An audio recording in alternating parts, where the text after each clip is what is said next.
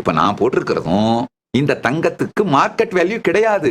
காரணம் என்னன்னா, இது குரு பரம்பரையாக என்னுடைய குருமார்கள் எனக்கு அளித்த ருத்ராட்சங்கள். அது தங்கத்திலே கவசம் சார்த்தப்பட்டிருக்கின்றது. அவைகளுக்கு என் காலத்திற்கு பிறகு என்னுடைய திருமேனிக்கோ அல்லது அடுத்தடுத்த அந்த குரு பரம்பரை சீடர்கள் அவர்களுக்கோ இவைகள் உபயோகப்படுத்துவதற்காக அவர்கள் அணிந்து இந்த திருப்பணியை தொடர்ந்து செய்வதற்கான அணிகலன்கள் தானே தவிர இவைகளுக்கு தங்கம் அப்படிங்கிற மார்க்கெட் ரீதியா பொருளாதார ரீதியா எந்த வேல்யூவும் கிடையாது.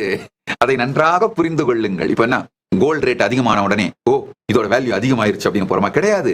கோல்டு ரேட்டுக்கும் இதுக்கும் சம்பந்தமே கிடையாதுங்கய்யா. அதை ஆழ்ந்து புரிந்து கொள்ளுங்கள்.